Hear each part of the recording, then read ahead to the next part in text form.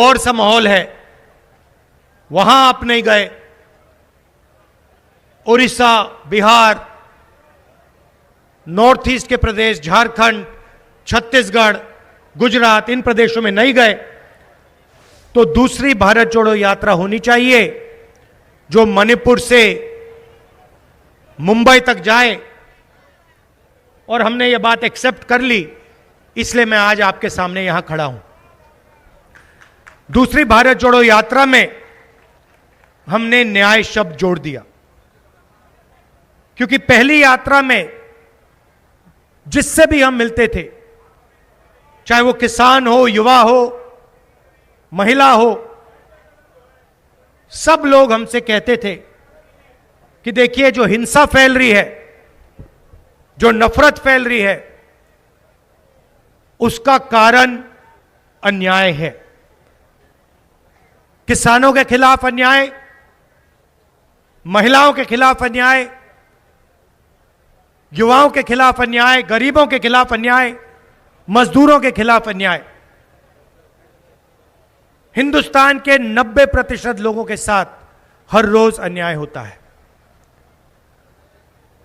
पता नहीं आप जानते हैं या नहीं, मगर हिंदुस्तान में 22 ऐसे लोग हैं जिनके पास उतना ही धन है जितना 70 करोड़ लोगों के पास है।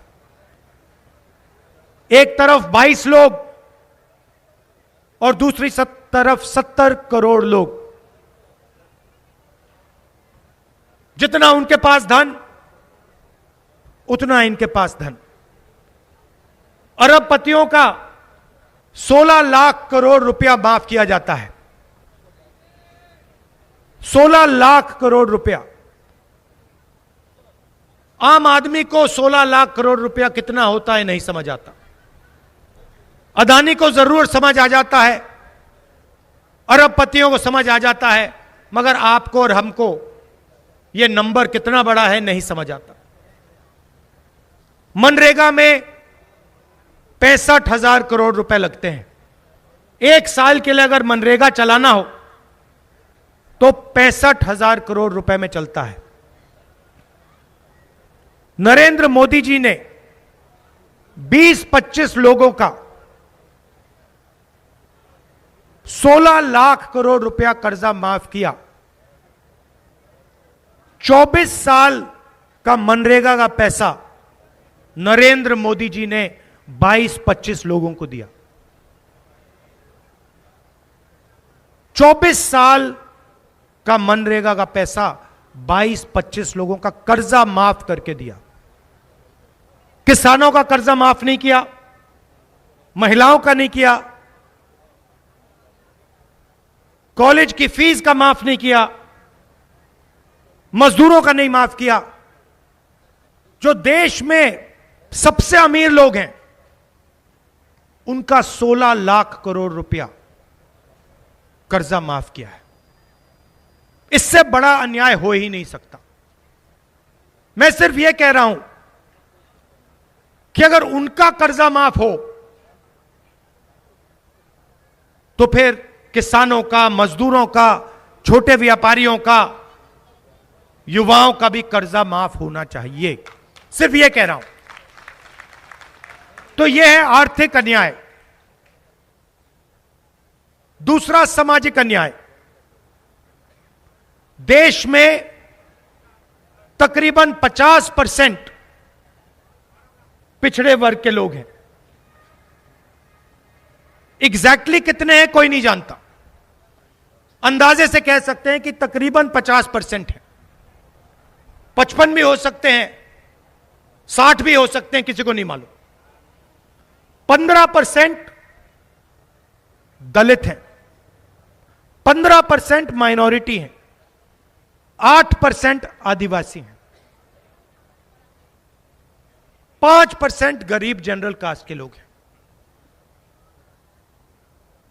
मगर अगर आप भागीदारी देखें तो हिंदुस्तान के 90% लोग कहीं नहीं दिखाई देंगे आपको। ये मीडिया के हमारे मित्र खड़े हैं, कैमरा लिए खड़े हैं, इनके मालिकों की लिस्ट निकालिए। अगर आप चाहते हैं मैं आपको दे दूंगा, मेरे पास है 50-60 हैं। ये देश के पूरे मीडिया को चलाते हैं। जो भी आप टीवी पे देखोगे ये 50 लोग निर्णय लेते हैं। अगर ये कुछ दिखाना चाहें, विपक्ष का कुछ दिखाना चाहें, ऊपर से एक ऑर्डर आता है, मोदी जी का चेहरा दिख जाता है। मीडिया पे आपको कभी किसानों की बात नहीं सुनाई देगी, मजदूरों की बात नहीं सुनाई देगी, बेरोजगारी महंगाई की बात नहीं सुनाई देगी। मोदी जी ने वायदा किया था 400 रुपए का सिलेंडर था उस टाइम। मोदी जी ने कहा था महंगा है, आज कितने का मिलता है? 1100 का है। मीडिया में आपको कभी यह बात नहीं बताई जाएगी। अब लिस्ट निकालिए, उस लिस्ट में आपको एक पिछड़ा नहीं मिलेगा, एक दलित नहीं मिलेगा, एक आदिवासी नहीं मिलेगा, एक गरीब जनरल कास्ट का व्यक्ति नहीं मिलेगा। वही 20-25 लोग हैं जो पूरे के पूरे मीडिया को कंट्रोल करते हैं। वही 25 लोग हैं जिनका 16 लाख करोड़ रुपया नरेंद्र मोदी जी ने माफ किया। वो 24 घंटा आपको नरेंद्र मोदी जी का चेहरा टीवी पे दिखाते हैं। आपकी जो समस्याएं उनके बारे में बोलते ही नहीं। मीडिया को छोड़िए, हिंदुस्तान की सबसे बड़ी कंपनियों की लिस्ट निकालिए, 200 कंपनियों की लिस्ट निकालिए। चाहते मैं आपको दे दूंगा। लिस्ट में आपको, मालिकों की लिस्ट में आपको एक पिछड़ा नहीं मिलेगा, एक दलित नहीं मिलेगा, एक आदिवासी नहीं मिलेगा। वही 2-3% वाले लोग मिलेंगे। सीनियर मैनेजमेंट की लिस्ट निकालिए, जो कंपनी में बड़े बड़े अफसर होते हैं, उधर आपको एक पिछड़ा नहीं मिलेगा, एक दलित नहीं मिलेगा, एक आदिवासी, एक माइनॉरिटी, कुछ नहीं मिलने वाला। 90% हिंदुस्तान की उसमें कोई भागीदारी है ही नहीं। पैसा आप देते हो। अदानी जी को जो पैसा मिलता है वो आपके जीएसटी से आता है। जो उनका कर्जा माफ होता है आपकी जीएसटी से आता है। जितनी जीएसटी आप देते हो उतनी जीएसटी अदानी देता है। आप 1000 रुपए की शर्ट खरीदो, वो 1000 रुपए की शर्ट खरीदेगा, 18% आप दोगे, 18% वो देगा। उसकी आमदनी लाखों करोड़ रुपए, आपकी आमदनी 50,000, जीएसटी एक जैसा दोगे। ठीक है, आप कहो कि भैया हमें कॉर्पोरेट इंडिया में कोई नहीं चाहिए, हिस्सेदारी नहीं चाहिए, हमें मीडिया में हिस्सेदारी नहीं चाहिए, तो फिर मैं आपसे कहूंगा ठीक है, बताओ सरकार में आपकी कितनी हिस्सेदारी? 90 लोग हिंदुस्तान की सरकार को चलाते हैं, आईएएस अफसर हैं, हिंदुस्तान के पूरे बजट को बांटते हैं। हर रुपये को वही लोग बांटते हैं। महाराष्ट्र में कितना पैसा आएगा, शिक्षा में कितना पैसा जाएगा, मनरेगा में कितना जाएगा, नेशनल हाईवे में कितना जाएगा, सैन्य में कितने जाएगा, अग्निवीर होगा या नहीं होगा, ये सारे के सारे निर्णय ये 90 लोग लेते हैं।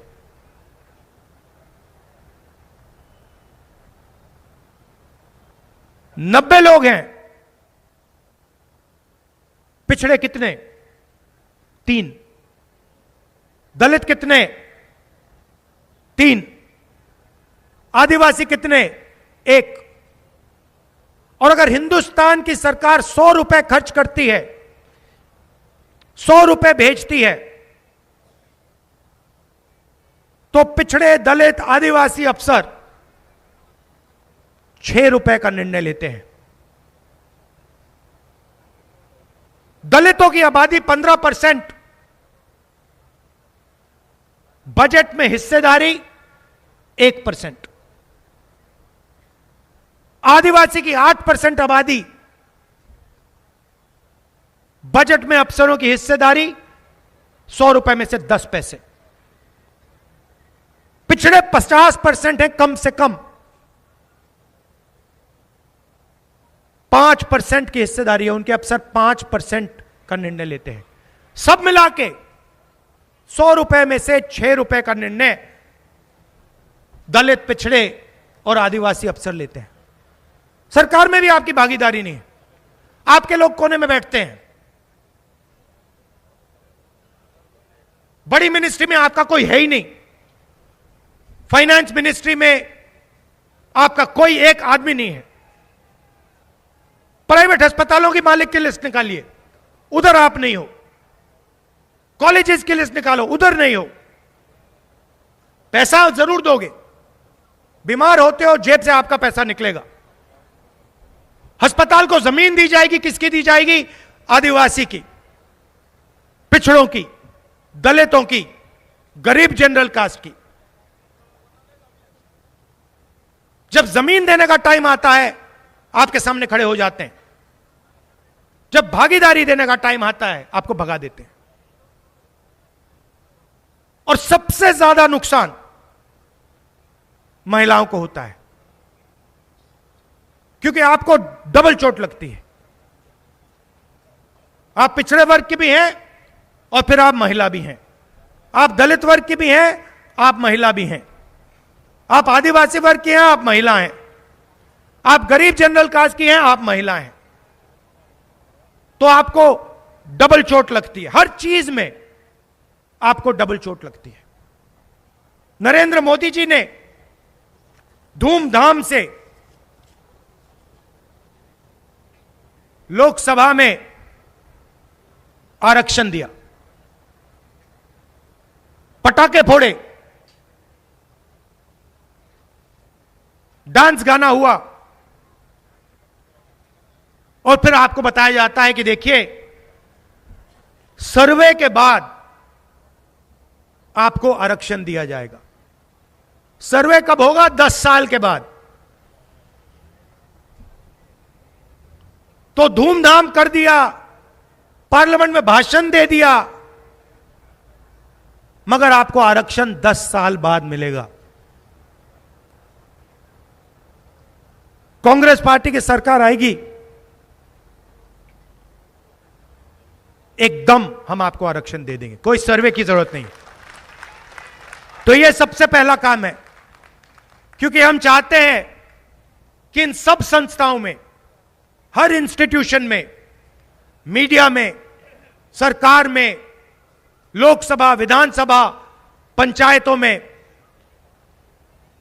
महिलाओं की भागीदारी हो, महिलाएं दिखाई दें। आपकी आबादी 50% है। खारगे जी ने आज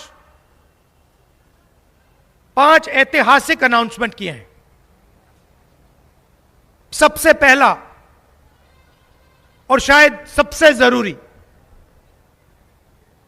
हिंदुस्तान की हर गरीब महिला को, चाहे वो मजदूरी करे, खेती करे, छोटा जॉब करे, हर गरीब महिला को सीधे बैंक अकाउंट में हिंदुस्तान की सरकार साल के 1 लाख रुपए देगी। कल मैं एक आदिवासी महिला के घर के सामने रुका, बातचीत की। उनका बेटा पुलिस में भर्ती होने की कोशिश कर रहा है, उसका पेपर लीक होगा, पेपर के दिन उसको पता लगेगा कि किसी अमीर बच्चे ने पेपर खरीद लिया और उसकी मेहनत बेकार गई। उसकी मां महीने के 10,000 रुपए कमाती है, 25,000 रुपए का बिजली का बिल था, पानी का बिल है, 5-6 घर में वो कपड़े धोने का काम करती है। यूपी हमारी सरकार आएगी, इंडिया की सरकार आएगी, उसी महिला की आमदनी दुगनी हो जाएगी। 1 लाख रुपए उसके बैंक अकाउंट में हर साल ऑटोमेटिक डायरेक्ट उसके बैंक अकाउंट में जाएगा। और वैसे ही हिंदुस्तान में करोड़ों महिलाओं के साथ, करोड़ों महिलाओं के बैंक अकाउंट में साल का 1 लाख रुपए आएगा। क्रांतिकारी कदम है ये। अगर नरेंद्र मोदी जी अरबपतियों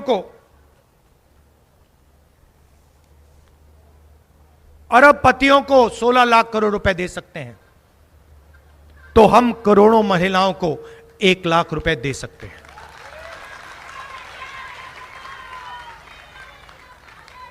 दूसरा ऐतिहासिक काम, सरकारी वैकेंसीज में, सरकारी जॉब्स में महिलाओं को 50% आरक्षण। हर सरकारी ऑफिस में कुछ ही सालों में आपको 50% महिलाएं दिखेंगी। तो हम आपके लिए दरवाजा खोलने का काम कर रहे हैं। आर्थिक अन्याय हो रहा है, आपके साथ हो रहा है, महंगाई बढ़ रही है, गैस सिलेंडर के दाम बढ़ रहे हैं, पेट्रोल के दाम बढ़ रहे हैं, हम आपके बैंक अकाउंट में 1 लाख रुपए डालेंगे।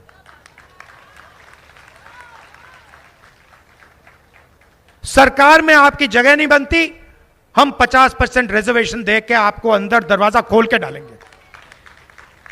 आशा, आंगनवाड़ी और मिड डे मील में जो काम करती हैं, सेंट्रल गवर्नमेंट का जो भाग है, जो शेयर है, उसको हम दुगना कर देंगे।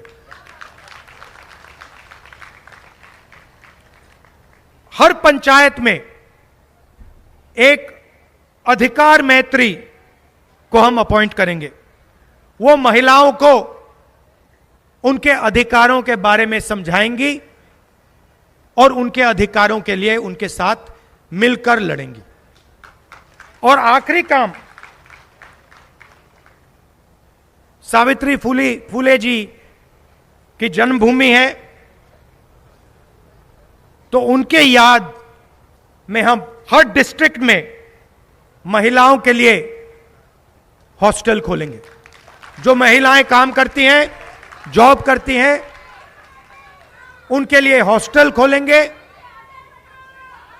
उनको वहां पे सिक्योरिटी मिलेगी, अच्छा भोजन मिलेगा। तो हर डिस्ट्रिक्ट में हम एक सावित्री फूले महिला हॉस्टल खोलने जा रहे हैं। तो ये हम आपके लिए काम करने जा रहे हैं। जो मैंने भागीदारी की बात कही, पिछड़े वर्ग की बात कही, दलित वर्ग की बात की, आदिवासी वर्ग की बात की, गरीब जनरल कास्ट के लोगों की बात की, कोई ना कोई रास्ता तो निकालना पड़ेगा। ऐसे तो नहीं चला जा सकता। रास्ता जाति जनगणना है। सबकी गिनती, पिछड़े वर्ग के कितने लोग हैं, दलित कितने हैं, आदिवासी कितने हैं, दलित महिलाएं कितनी हैं, पिछड़ी महिलाएं कितनी हैं, गरीब जनरल कास्ट की महिलाएं कितनी हैं, गिनती। और उसके बाद गिनती पे नहीं रुकने वाले हम, गिनती पे नहीं रुकने वाले। गिनती के बाद आर्थिक, इकोनॉमिक और हिंदुस्तान की हर संस्था का सर्वे। यह पता लगाना है कि मीडिया में महिलाओं की कितनी भागीदारी है, दलितों की कितनी भागीदारी है, पिछड़ों की कितनी भागीदारी है। बड़ी बड़ी कंपनियों में महिलाओं की कितनी भागीदारी, दलित की कितनी, आदिवासी की कितनी, पिछड़ों की कितनी, सरकारों में आपकी क्या भागीदारी है। हिंदुस्तान का जो धन है उसमें से आपका कितना है और अरबपतियों का कितना है, यह डेटा निकालना है। इस डेटा के बिना 21वीं सदी में हिंदुस्तान प्रगति नहीं कर सकता है। इस डेटा के बिना आप लोगों को इस देश में भागीदारी नहीं मिल सकती। इसीलिए मैनिफेस्टो में कांग्रेस पार्टी ने एक ऐतिहासिक बात लिखी है। जैसे ही हमारी सरकार आएगी, जाति जनगणना, आर्थिक सर्वे, इकोनॉमिक फाइनेंशियल सर्वे और हिंदुस्तान के जो संस्थाएं हैं, इंस्टीट्यूशंस हैं, उन सब का सर्वे, दूध का दूध पानी का पानी हो जाएगा। आपको पता लग जाएगा हिंदुस्तान का धन किसके हाथ में है, आपके समाज के पास कितना है, महिलाओं के पास कितना है। यह क्रांतिकारी काम है। हरी क्रांति, आजादी, सफेद क्रांति, कंप्यूटर रेवोल्यूशन, ये सब कांग्रेस पार्टी ने किए थे आपके साथ मिलकर। उतना ही बड़ा काम जाति जनगणना, उतना ही बड़ा काम है, और ये हम आपके साथ मिलकर करने जा रहे हैं। आपके सामने जो दीवार खड़ी है,